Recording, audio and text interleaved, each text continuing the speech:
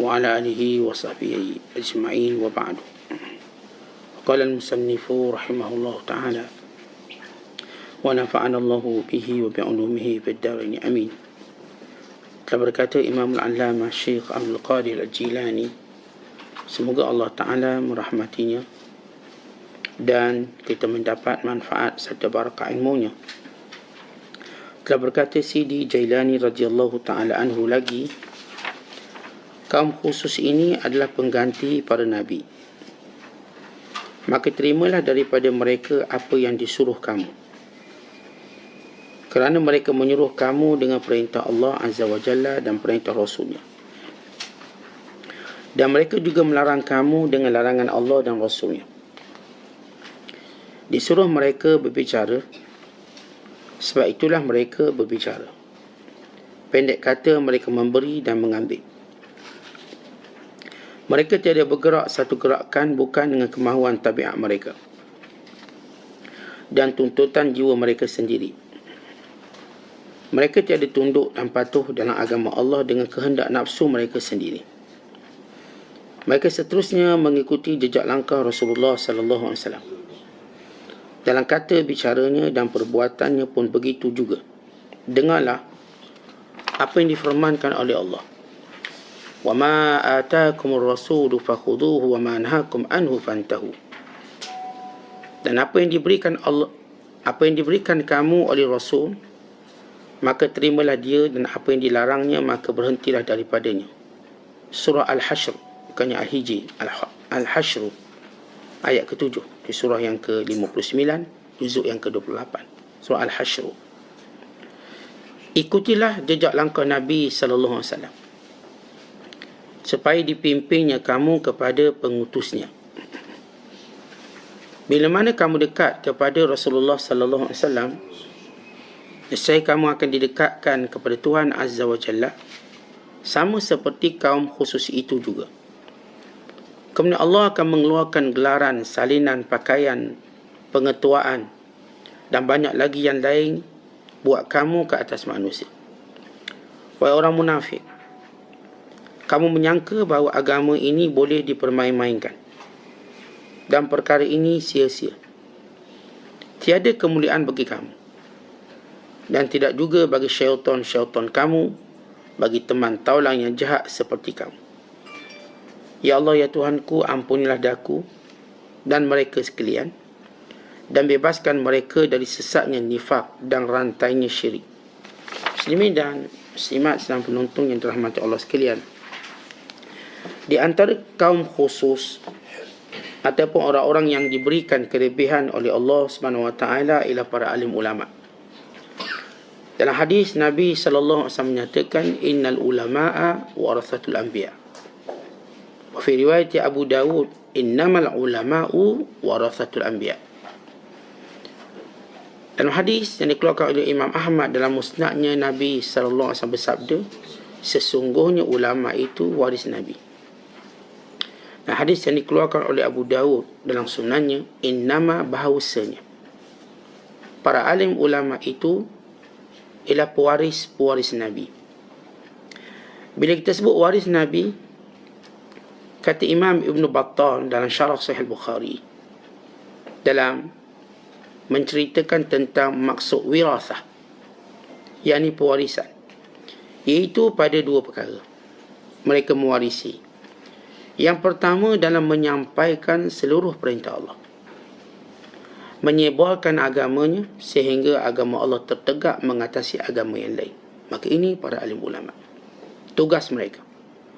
Dia akan kembangkan agama Islam, dia akan sebarkan kefahaman Islam sehingga Islam mengatasi segala-galanya dalam kehidupan. Bukan sekadar mengatasi agama-agama lain, bukan mengatasi hawa nafsu. Para ulama dan menyampaikan Islam sehingga Islam ini mengatasi agama yang lain, itu yang satu. Yang kedua, mengatasi hawa nafsu kita dan kehendak kita. Kita nak kahwin macam ni, tapi ulama ajar kita, maka kita mula kahwin ikut syariat begini. Kita nak berbelanja duit kita macam ni, maka datang ulama mengajar kita, lalu kita berbelanja ikut syariat. Kita nak didik anak kita cara ni, maka datang para alim ulama mengajar kepada kita syariat, mendidik anak. Maka ini ulama menyampaikan segala perintah Allah Ta'ala dan menyebarkan agama ini sehingga ia mengatasi agama lain dan mengatasi segala kehendak manusia. Yang kedua, maksud wirathah, pewarisan. Sebelum kita lihat apa yang disebut oleh Syekh tentang kaum khusus yang perlu kita dengar mereka ini. Maksud wirasah ialah kita bagaimana semua hamba Allah dituntut menghormati para Nabi. Maka demikian juga wajib kita semua mendengar para alim ulama kita, menghormati mereka, menjadi suatu kelaziman.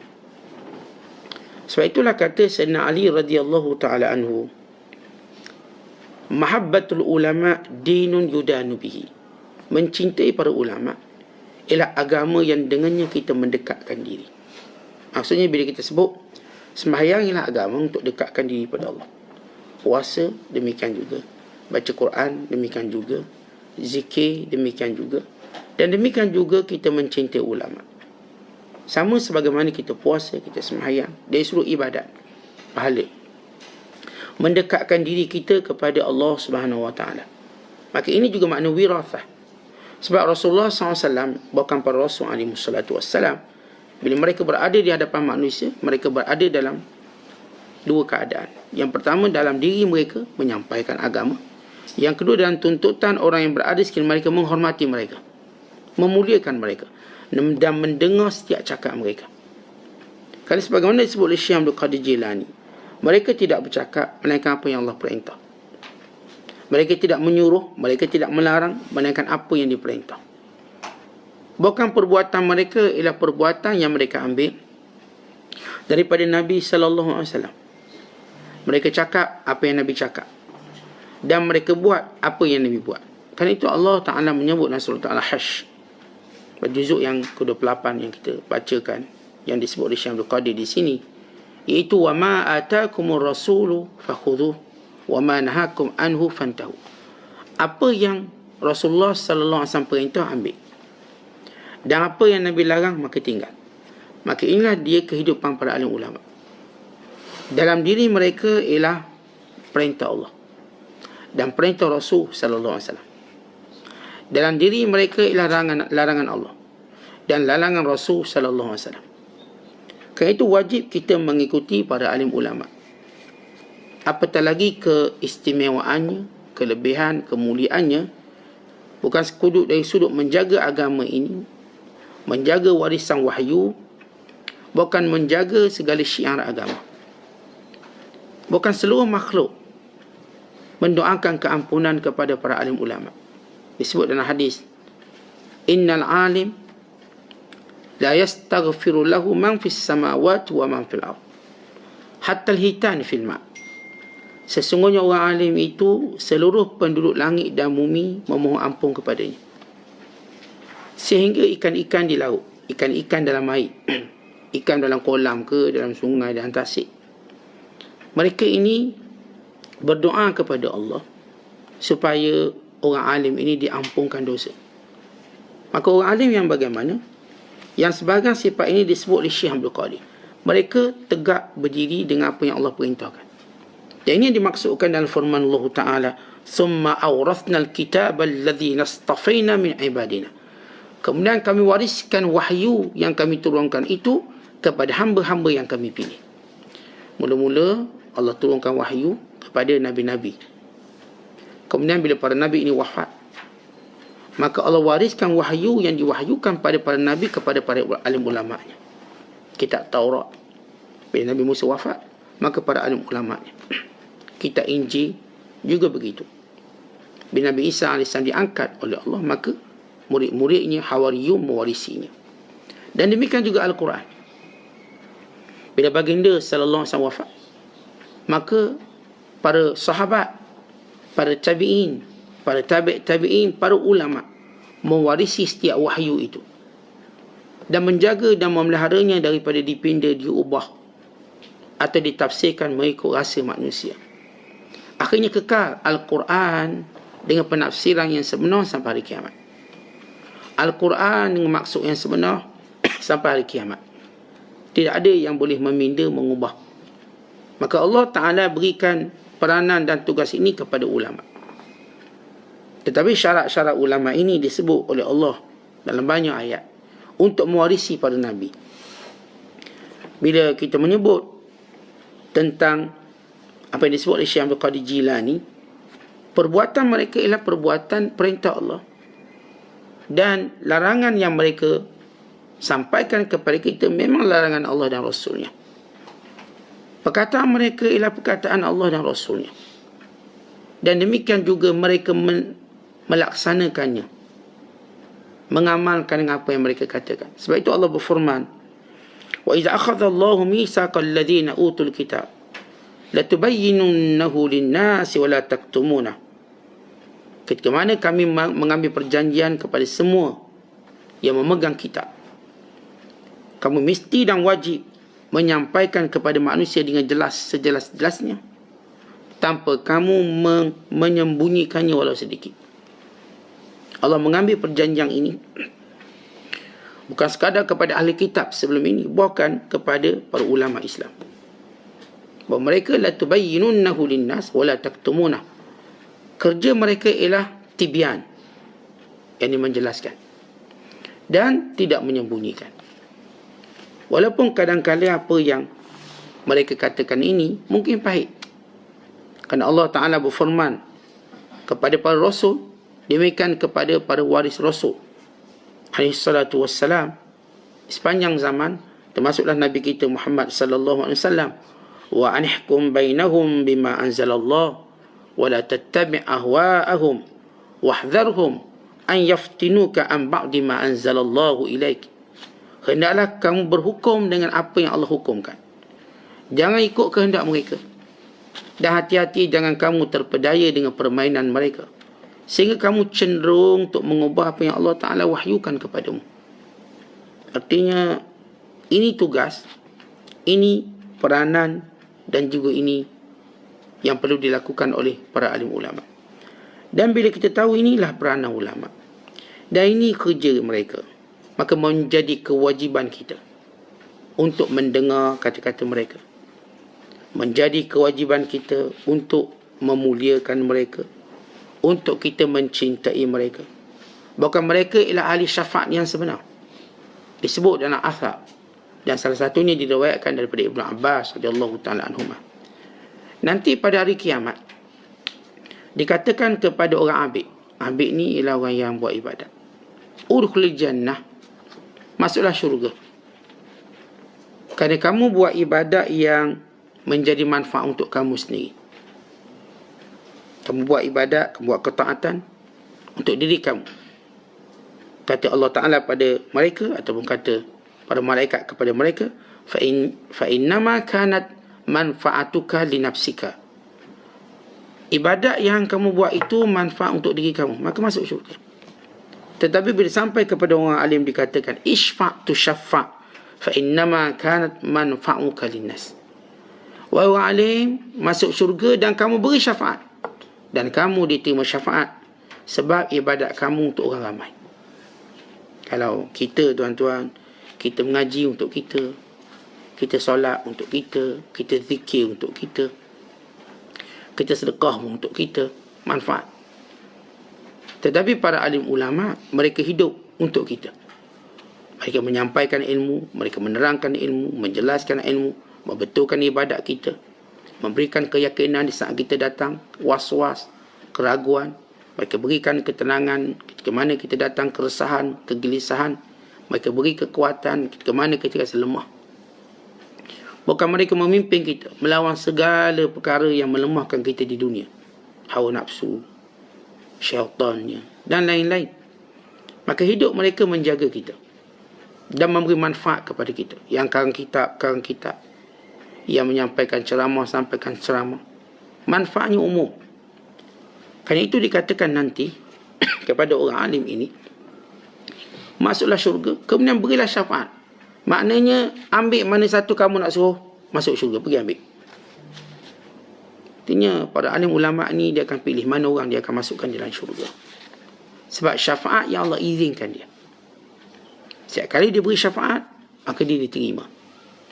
Maka ini sifat Ataupun ini di antara kelebihan-kelebihan mereka. Takut mereka pada Allah mengatasi takut mereka kepada manusia. Mereka tidak mungkin kerana takut manusia menyembunyikan ilmu. Tidak. Inilah kekuatan mereka. Sebab itu Allah mengingatkan mereka. فَلَا تَخْشَوُا النَّاسِ وَخْشَوْنِي وَلَا تَشْتَرُوا بِآيَاتِي ثَمَنًا قَلِيلًا. Jangan takut pada manusia, takutlah pada aku. Jangan kamu menjual ayat-ayat Allah dengan kesenangan dunia yang sementara. Sebab itu kalau kita baca sejarah, supaya kita tahu siapa para alim ulama yang sebenar, yang kita nak ikut mereka, kata-kata mereka, perbuatan mereka. Orang yang saya katakan amanah dalam penyampaiannya, orang yang tidak takut melainkan Allah, orang yang tidak mengharap melainkan pahala di sisi Allah Subhanahu Wa Taala, orang yang sentiasa ingin membimbing kita dalam semua keadaan dan ketika. Tentu kita baca sejarah para alim ulama, bagaimana hebatnya mereka menjaga agama. Kalau misalnya kita nak masuk hutan, kita mesti terfikir harimaunya yang menjaga hutan. Kita ke sungai pula, kita terfikir buayanya yang mungkin menjaga sungai. Kita ke laut, kita fikir jerungnya pula. Setiap tempat ada penjaga yang kita pasti gerung dengannya, takut. Maka kita hidup kat dunia ini, maka ulama yang menjaga agamanya. Maka kegerunan pada pemimpin, pada ulama memang terhasil semenjak dulu. Sebab itu ulama menjadi mangsa dengki pada pemimpin. Kita orang bawah ni yang dengki kita jiran-jiran, yang dekat-dekat. Para ulama yang dengki, yang cemburunya pemimpin. Maka dia direct dengan para pemimpin, artinya sampai apa yang disampaikan.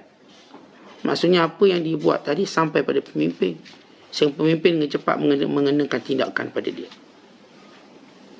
Maka ini ulama-ulama yang suara mereka memang sampai kepada istana, sampai ke parlimen kalau hari ini, sampai kepada dewan-dewan pemerintahan. Seperti Imam Abu Hanifah. Kita baca secara Imam Abu Hanifah yang beliau disebat, dipenjara sehingga mati dalam penjara oleh khalifah waktu itu bernama Abu Ja'far Al-Mansur. Kenapa? Bila Imam Abu Hanifah hendak dilantik menjadi qadi, ketua hakim, maka beliau enggan. Kenapa? Sebab bila dia jadi qadi, dia kena beri pengecualian hukuman kepada khalifah, anak-anak khalifah dan orang-orang kepercayaan khalifah. Dia tidak mahu. Kalau betul dia qadi, dia hakim, maka siapa pun yang bersalah mesti masuk di kandang mahkamah. Dia tidak mahu menjadi hakim yang memilih. Akhirnya kerana keengganan beliau ditangkap, disebat, bahkan diracun dalam penjara. Makanan tadi campur racun, sehinggalah beliau mati dalam penjara. Ini Imam Abu Hanifah. Sebelum kita lihat bagaimana mazhab Hanafi ini berkembang. Mazhab Hanafi ialah pengikutnya paling ramai dalam dunia. Di Pakistan, di Bangladesh, even di Mesir, tempat lahirnya, tempat Universiti Al-Azhar, yang paling banyak di Mesir ialah mazhab Hanafi. Mazhab Hanafi paling banyak para ulama'nya dan juga yang belajar. Demikian juga di banyak belahan negara seperti Turki, Hanafi. Bahkan sebahagian Afrika, walaupun ia tak berkembang di Malaysia ataupun di Asia Tenggara. Tapi ini satu kemuliaan tersebar mazhab ini kerana lihat pemimpin dia, Imam Abu Hanifah rahmatullahi alaih. Kemudian kita lihat Imam Syafi'i sendiri rahmatullahi alaihi rahmatan wasi'ah. Bila dia berhadapan dengan pemimpin yang memilih kasih, bila dia berhadapan dengan kerana birokrasi, maka dia memilih untuk menjadi wakil di mahkamah di Yaman. Kan ingin membuang kerana birokrasi. Akhirnya dia lebih glamour daripada qadi di sana, hakim di sana, menjadi mangsa kedengkian. Maka dituduh ni Syiah. Zaman tu tuan-tuan, pelarang paling digunakan untuk memerangkap para ulama ialah Syiah. Maka dia itu Syiah atau Tasyayyuh, dan dituduh untuk menggulingkan khalifah. Sehingga beliau ditangkap, dirantai tangan, di kaki, diheret. Begitu kezaliman yang dilalui oleh ulama. Kerana mereka cuba untuk memudahkan manusia, maka mereka terkena fitnahnya. Dan demikian juga kita lihat Imam Sufyan Ats-Tsauri, juga pada zaman Khalifah Ja'far Al-Mansur. Kerana beliau menegur khalifah ini dengan perbelanjaan yang boros dan menjadikan kantong wang zakat dengan wang negara, wang raja sama. Ikut suka raja nak belanja duit zakat ke duit apa. Maka Imam Sufyan Ats-Tsauri menasihati khalifah ini. Tetapi bila mana dia dipanggil di istana, dia tak nak pergi. Dia terus dipanggil oleh beberapa khalifah selepas itu, sehingga dijatuhkan hukuman bunuh. Lalu Imam Sufyan Ats-Tsauri melarikan diri, bersembunyi di banyak tempat, sembunyi di Mekah, kerana arahan bunuh daripada pemimpin negara waktu itu. Kenapa dia tegur? Bila ditanya, kenapa tak nak datang istana, kenapa tak menghadap, dia kata, kami ulama ialah perawat, tabib, doktor yang akan merawat penyakit. Dan penyakit kamu pula namanya harta. Apakah kamu redha kami nak buang penyakit kamu? Pasti kamu tak akan suka. Maka kamu akan menghukum kami. Kami doktor. Doktor ni kerjanya buang sakit. Tapi sakit yang kamu ada ni, kamu tak redha untuk dibuang. Apa penyakit? Harta. Membazir harta, sayang harta. Kamu guna duit zakat dan sebagainya ikut suka kamu. Itu penyakit kamu. Bila kami nak buang tu, apakah kamu redha pada kami? Tak redha. Kalau itu datang hukum malaki, dipanggil hukum istana, untuk membunuh dia. Kan kritikan itu. Ini Sufyan Ats-Tsauri yang hidupnya menjadi fugitif, mutara, atau orang sentiasa yang diburu.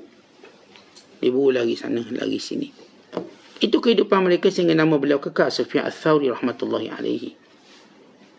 Demikian juga Imam Ahmad yang sama berhadapan dengan keberanian mereka dalam menyampaikan ini, sehingga dipenjarakan oleh 3 khalifah. Daripada Khalifah Ma'mun, Khalifah Mu'tasim, sehingga Khalifah Wathiq Billah. Kemudian baru dibebaskan. Tak boleh mengajar, tak boleh kuliah, dipenjara lagi. Dan 3 pemerintah. Bayangkan 3 pemerintah bertukar, 3 kali raja bertukar. Dan disebat lebih daripada 1000 kali.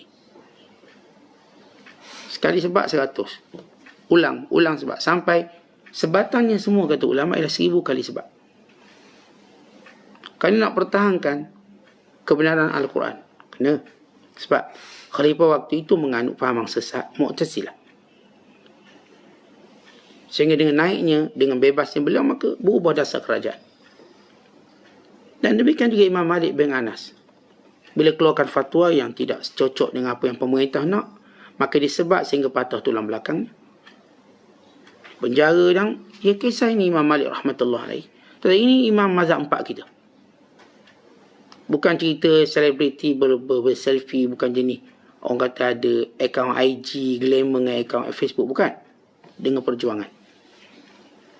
Mereka bukan glamour dengan perbuatan-perbuatan yang bersifat, kita katakan, publicity. Tapi memang mereka benar-benar berjuang.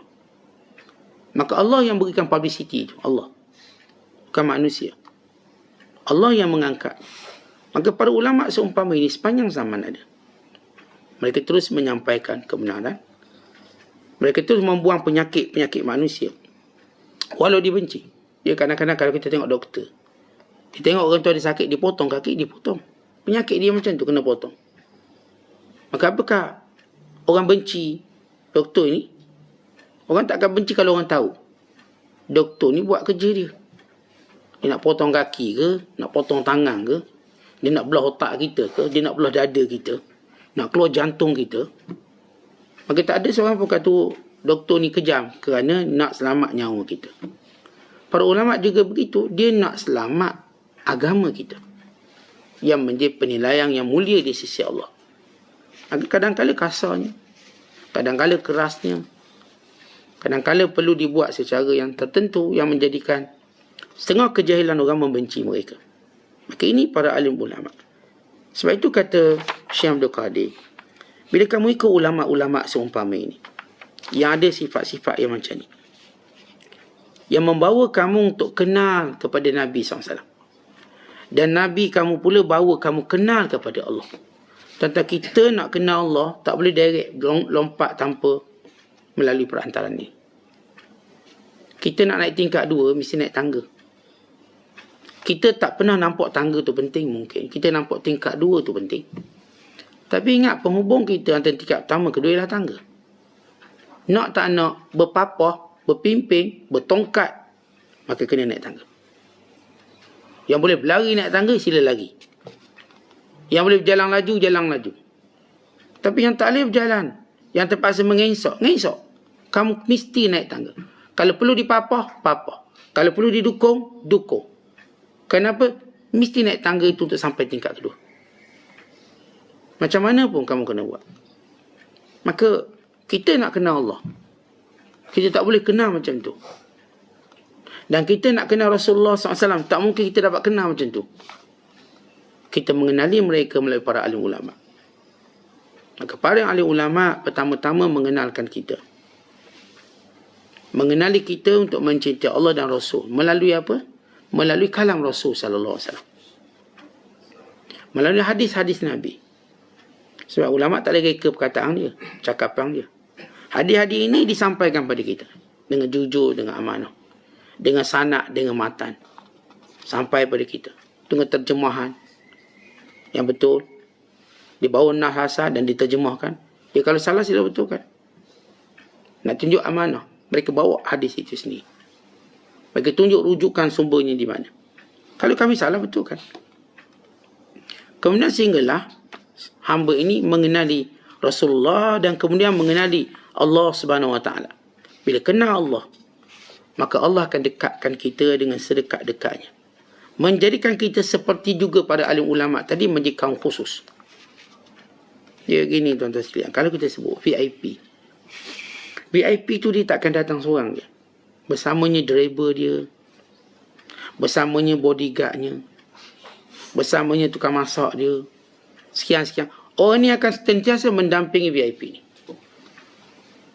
Maka perumpamaan kita jadi orang khusus, maka kita mendampingi para ulama senantiasa. Maka kita juga menjadi orang khusus yang juga diberi kemuliaan oleh Allah.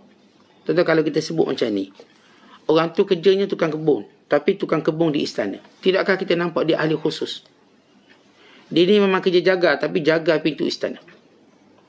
Tidakkah kita nampak dia ahli khusus? Dia ni memang driver, tapi driver istana. Dia pilot istana. Contoh, kalau kita beri contoh. Dia kalau berada tempat biasa, dia cuma orang biasa. Kau sebut driver kereta biasa. Tapi bila driver pada pemimpin ini, dia jadi luar biasa. Sebab dia mendengar pertuturan dan percakapan. Suatu yang dirahsia luar, bagi dia tak rahsia. Tentang driver, dia tahu rahsia menteri. Dia tahu rahsia raja. Dia dengar cakap. Takkan setiap kali raja nak bercakap, driver kau keluar. Tak. Dia akan bercakap di situ. Maka rahsia-rahsia dia ketahui. Tukang-tukang masak, dia ketahui. Jadi tukang tuang air raja. Raja cakap apa dia dengar. Yang zohirnya tuang air, rahsianya dia dengar. Dia tahu. Tukang-tukang kebunnya, semua. Sama juga para alim ulama. Orang-orang ini ialah orang khusus Allah Ta'ala. Dan bersama dengan mereka ini, juga menjadi orang khusus. Yang mendampingi para ulama, sehingga mereka mengenali Allah, mengenali Rasul. Dan mereka mendapat pendekatan di sisi Allah Ta'ala. Sama seperti kaum khusus. Sama. Jadi kalau kita sebut contoh analogi kita VIP tadi, dia makan dia sedap-sedap, dia punya driver makan sedap. Cepat lambat tu hal lain, tapi makan sedap lah. Kalau kena baik, duduk sekali. Duduk sekali. Makan dengan dia. Dengan tukang-tukang masak. Makan sekali makanan dia. Minuman dia. Semua dia dapat apa yang didapati oleh orang ni. Oleh raja ni. Sebab game VIP ni dia tak duduk seorang. Dia tak mungkin duduk seorang. Dia kena ada orang tukang ambil air, ada ni pembantu dia. Ada seorang hamba Allah, dia orang kaya. Dia punya pembantu rumah dia ada 1,000 orang. Rumah dia 27 tingkat. Rumah dia rumah tertinggi di dunia, 27 tingkat.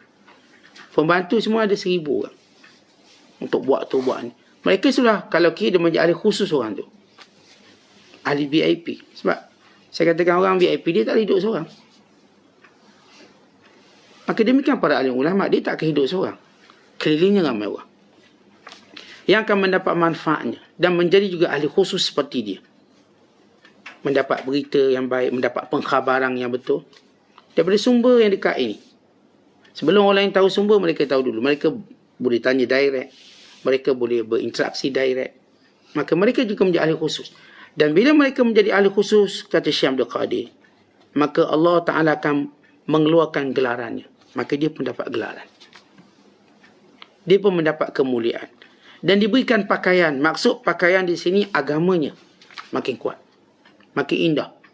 Tentang bila orang damping ulama, orang yang dengar kata ulama yang ikuti kuliah-kuliah para alim ulama, bukankah pakaiannya berubah? Yang ni agamanya berubah. Daripada tak bersungguh solat jadi sungguh solat.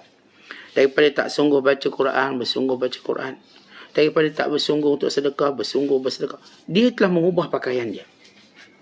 Kerana pakaian itu perumpamaan kepada agama. Pakaian itu adalah perumpamaan pada agama. Oleh kerana itu, bila kita mula kuat beragama, kita seperti mengubah pakaian baru dalam tubuh kita. Kemudian diberikan kepada kita pengetuaan. Maksud pengetuaan ialah ketua. Jadi ketua. Di kalangan orang lain kita jadi ketua. Kita dihormati sebagaimana para ulama, para alim ulama dihormati.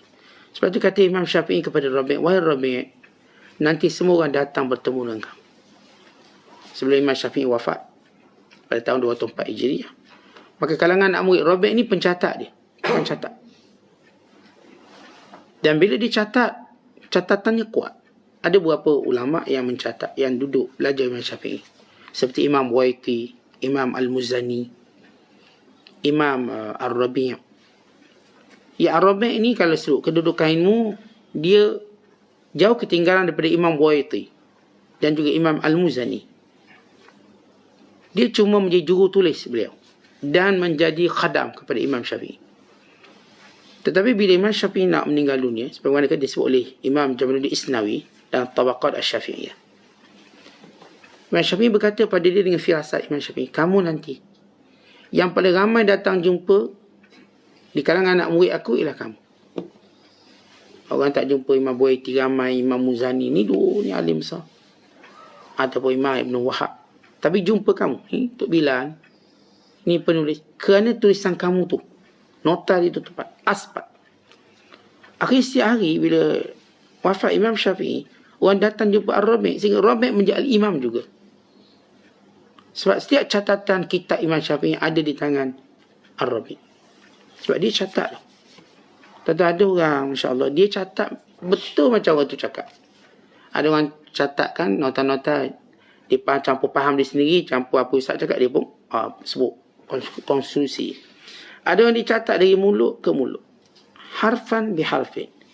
Setiap perkataan, words to word, perkataan satu kata. Sehingga kita tengok ni, dia tak tambah apa-apa, dia tak kurang apa-apa, sama. Maka ini asbat yang paling tepat. Jadi kita nak baca ilmu seorang ulama, macam mana? Terutama bila ulama tu dah mati, tulisan ni. Siapa yang tulis? Ini dipanggil yang melakukan imla', yang melakukan penulisan. Sehingga semua datang jumpa Ar-Rabi'. Di sebalik yang ganti Imam Syafi'i itu Imam Buaiti. Yang alim di kalangan muridnya seperti Imam Za'farani, Karabisi, bahkan Imam Al-Muzani, bahkan ramai lagi ulama lain. Namun yang paling meningkat namanya Ar-Rabi'. Sebab apa Ar-Rabi' ni? Ar-Rabi' yang ikut selalu dia. Ikut Imam Syafi'i kat mana dan catat. Ini bagaimana bila kita mendekati para ahli ulama. Kita dah tahu bagaimana kelebihan ulama, bagaimana peranan dan tugas ulama, amanah yang dipikul oleh para alim ulama, dan juga kelebihan orang-orang yang mengikuti para alim ulama. Ingat kenapa wajib kita ikut ulama? Sebab dia bawa apa yang Allah Ta'ala perintah. Dia menghidupkan sunnah yang diajar oleh Nabi SAW. Dia membetulkan kesalahan dan kesilapan kita. Dia memperbetulkan dan menyempurnakan kekurangan-kekurangan kita. Dan dia ini, seluruh makhluk Allah mohon ampun pada dia. Takkan kita nak lawan dia? Ni makhluk-makhluk Allah mohon ampun. Ikan-ikan dalam air. Ikan bukan seekor dalam air tu. Billion, trillion, zillion punya banyak. Doakan ampunan. Allahumma ighfir lahu, Allahumma ighfir lahu. Ya Allah, ampunkan dosa dia, ampunkan dosa dia. Maka ini inayah penjagaan Allah Ta'ala pada mereka. Bahkan kata Imam Nawawi rahimahullah, kita tuan-tuan, bila kita mengampu orang kaya, kita mengampu orang ada pangkat, hukumnya lah makruh. Ngampu, tunjuk baik. Sebab harapan kita bila kita tunjuk baik pada orang kaya, dapatlah sikit. Paling kurang belanja makan lah. Kalau kita mengampu pula orang yang ada kuasa, paling kurang dapatlah projek sikit. Paling kurang dapat berisi longkang projek, berisi longkang okey lah tu. Ngampu. Baik, hukum mengampu pada mereka, atau disebut sebagai mudahanah dalam bahasa Arab, adalah makruh. Bukan boleh bawa pada haram. Tengok cara ngampu kita. Kita panggil tukang kipas ni. Kalau mengampu seperti kita basyasyatul wajib, kita senyum, tunduk kepala, mengampu, tolong pakaikan kasut, ini geng-geng mengampu. Maka perbuatan itu makruh. Tapi kalau sampai gadai agama, maka haram. Kalau dia kadang-kadang ngampu ni kan, tolong pakai kasut, cari mana kasut, kejar kasut, pergi beg, semua benda tunjuk baik untuk dapat sesuatu. Hukumnya makruh. Tapi mengampu pada ulama hukumnya sunat. Kan ngampu, dia ngampu ulama. Dia tu gangster tahap benda lah. Tapi bila nampak ulama, dia tundukkan diri dia, maksudnya dia rendah diri, dia tolong itu. Hukumnya sunat. Kenapa? Gini, kalau dia mengampu pada orang yang berharta, dia dapat apa? Dapat duit RM10, RM1. Dapat tips. Dia mengampu pula orang ada kuasa, dapat projek. Dapatlah projek cat rumah PPRT, okey lah tu. Bapak berisi longkang depan masjid, okey lah, dapat projek. Dia pun seronok, saya dapat projek YB kasih. Tu boleh berisi longkang ni. Dia dah ada RM30,000. Dan bila mana kita ngampu ulama, ulama bagi apa? Projek tak bagi. Duit tak bagi. Bagi apa? Ilmu. Nasihat. Doa. Bukankah benda itu sunat kita dapat? Bukan sebagainya wajib.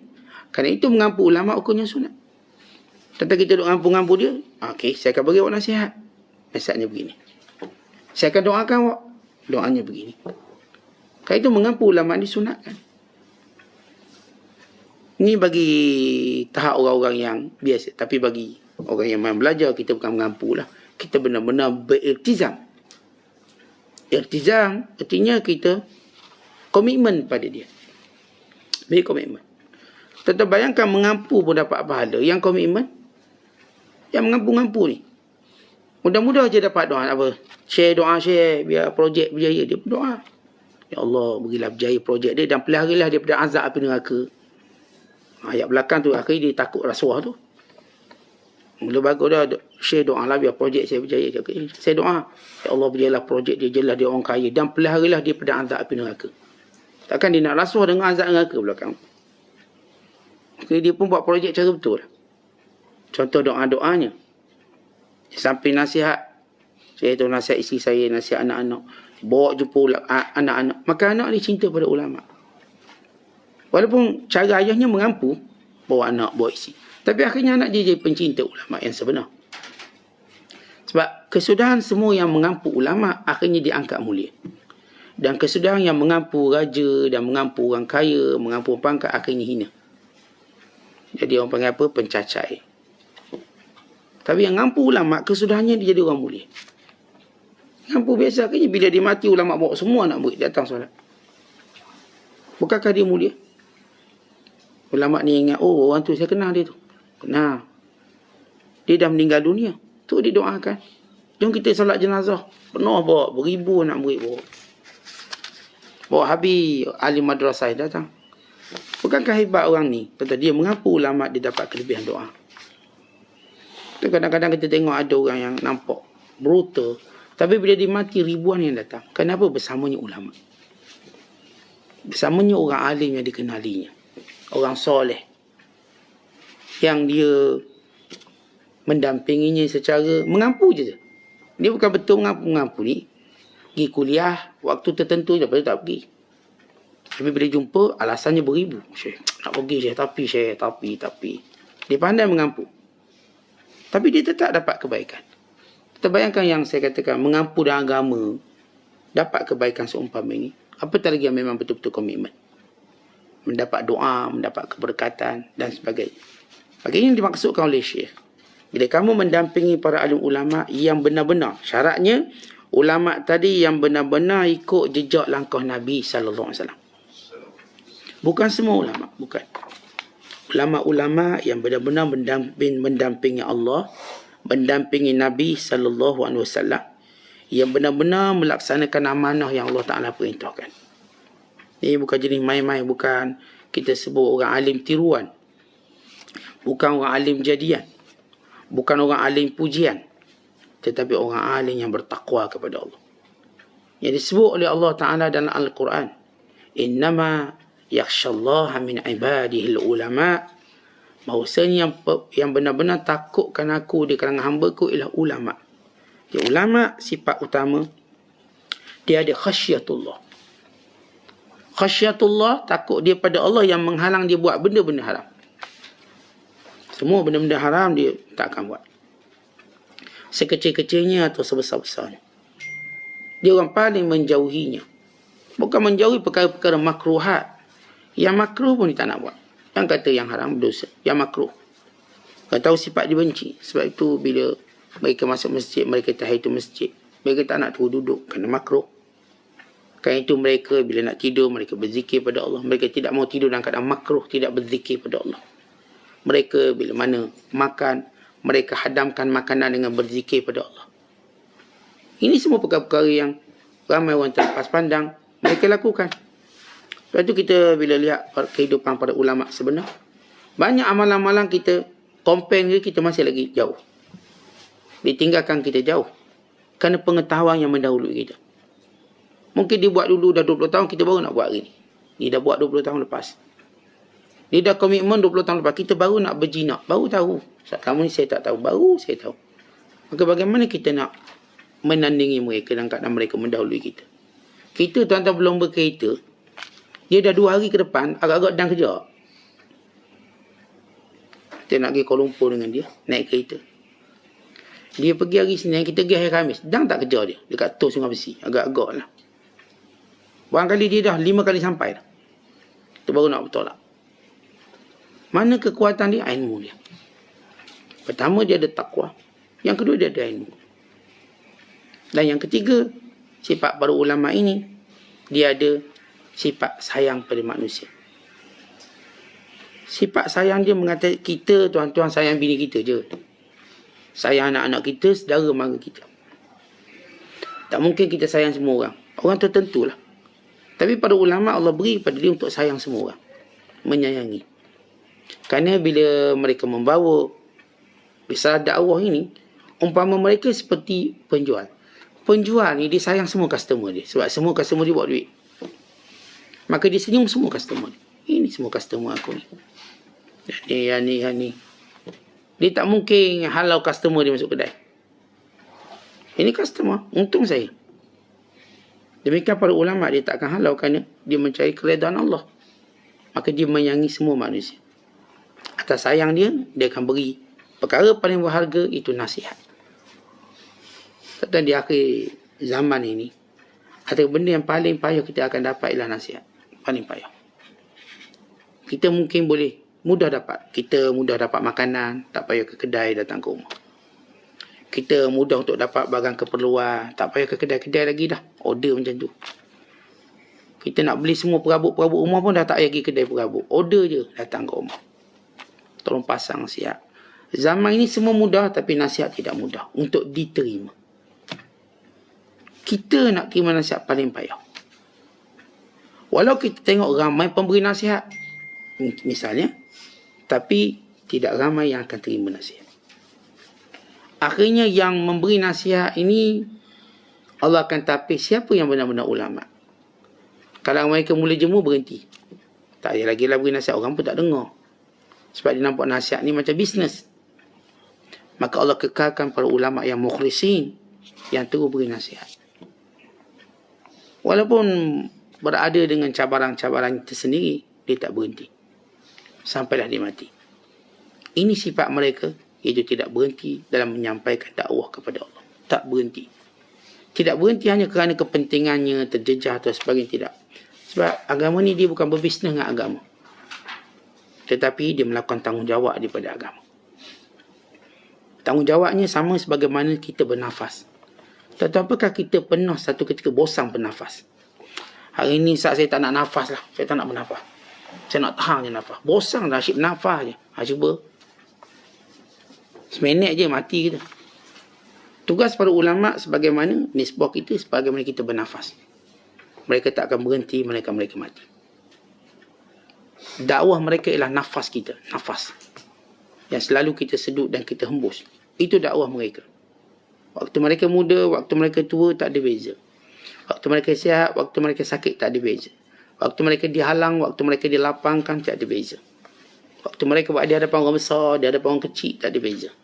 Mereka melaksanakan dakwah sebagaimana seorang bernafas. Apakah kita ada cara berbeza pernafasan waktu berada di tempat-tempat yang lain? Kita duduk dekat orang besar, nafas kita mulai sikit. Nafas orang besar tak sama nafas kita. Kita duduk orang kecil, nafas kita sama. Cara kita bernafas tak akan berbeza. Tak akan berbeza. Secara umumnya. Ya benar kadang lepas kita berlari tercungak sikit. Itu proses biasa. Tapi tetap bernafasnya sama. Kita mencari tune yang sama. Tenang, bernafas. Demikian para ulama' mesti tenang dalam dakwah mereka. Dalam menyampaikan dakwah mereka. Kesungguhan, istiqamah mereka. Sehingga mereka menemui Allah. Kemudian Syekh menutup bicara dengan berkata, wahai orang munafik, kamu jangan ingat agama boleh main-main. Sebab ada penjaga. Macam seorang bermain dalam hutan, jangan main-main hutan. Dia ada penjaga hutan. Kamu cuma tunggu masa untuk kena ngap je. Yang leka bermain di sungai, jangan main-main di sungai. Ada buaya menanti. Nanti kamu kena ngap. Sama juga mempermainkan agama. Ada ulama'-ulama' yang menjaga. Siapa pun kamu. Ada pada pencinta agama yang menjaga. Maka akan tersebar kemunafikanmu. Dan kamu tak boleh bergembira dengan permainan kamu dengan agama. Kamu nanti akan didiamkan. Dan syaitan-syaitan kamu akan didiamkan. Dan teman-teman jahat kamu juga akan didiamkan. Dengan amanah, dengan ilmu para alim ulama' dan para pencintanya. Semoga Allah Ta'ala selamatkan kita daripada permainan hawa nafsu kita, syaitan dan juga teman-teman jahat dan juga orang-orang munafikin. Semoga benar agama kita, jujur agama kita, sehingga kita bertemu dengan Allah. Wallahu a'lam bishawab. Assalamualaikum.